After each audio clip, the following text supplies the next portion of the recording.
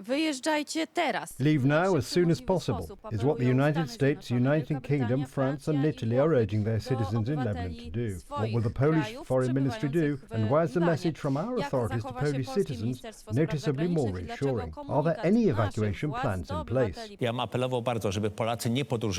First of all, do not travel to these places under any circumstances. I urge Poles not to travel to Russia, Belarus, certain African countries, Venezuela and Lebanon. Israel is also not recommended at this point. These are the words of the Deputy Foreign Minister when, after the assassination of a Hamas leader and a rocket attack on the Golan Heights that killed 12 children, some 1,000 Polish citizens living in Lebanon are threatened by an escalation of the armed conflict. Not to mention tourists who have chosen the Middle East for their summer holidays. The United States and the United Kingdom authorities have urged their citizens to leave Lebanon. The situation in the region, they predict, could deteriorate rapidly. They recommend either immediate return or to seek refuge. The French and Italian governments have also urged their citizens to leave Lebanon. Sweden has decided to close its embassy in Beirut.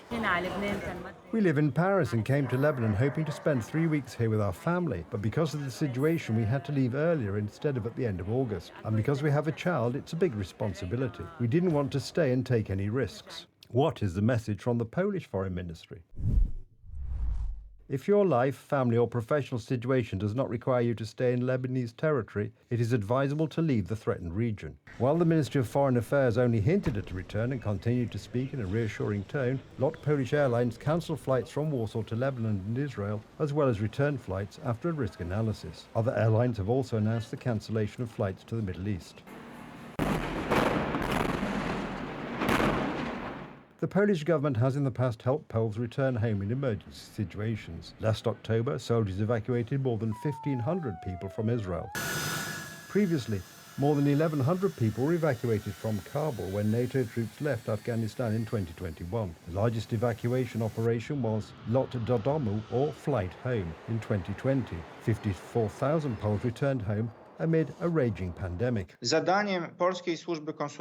role of the Polish Consular Service is to provide all possible assistance to our citizens, and this was the case under the Law and Justice government. Immediately following the Hamas attack on Israel, we immediately launched an emergency evacuation of Polish citizens, because at that time it was not known how the situation would develop, both in Israel and in Gaza, where it was much more difficult, and we took such action. And today, it is also the government's job to prepare such measures. The government assures everyone that it is ready to carry out evacuations. However, it maintains its hope for a de-escalation of the conflict in the Middle East and has no plans to evacuate the staff of our diplomatic missions in the near future. Edyta Holdinska, TV Republika.